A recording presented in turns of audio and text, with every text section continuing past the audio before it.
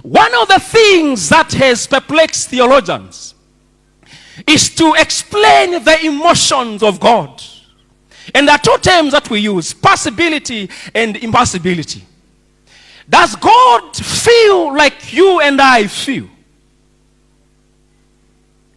Does God make our enemies as his?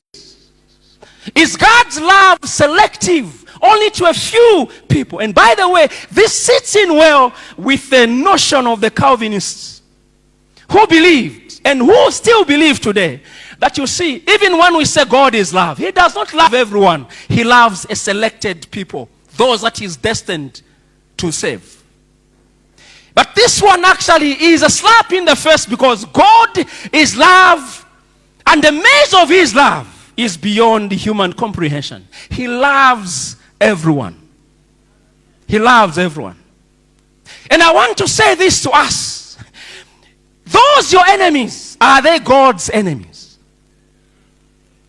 There are times when we pray, and in fact this sits in well, Pastor, with the verse that Jesus says, tells us, please, when you pray, pray for your enemies. So those you call your enemies, are they God's enemies? Should we deprive them of God's love? The answer is no. And the writer here tells us God is love, and therefore so. I know the kind of God you have in your mind.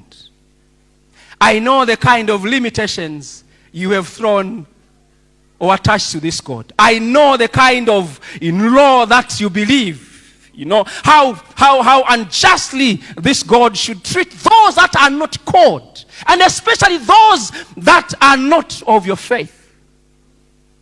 And on this aspect, allow me to emphasize, church, like I have said, there are times we Adventists have made God so personal to a point where we feel those that do not worship with us are going nowhere.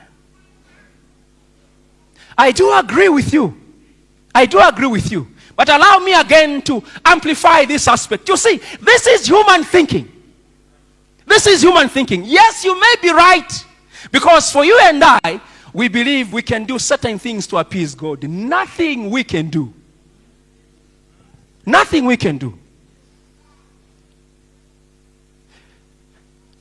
Even when you return, allow me to use this illustration.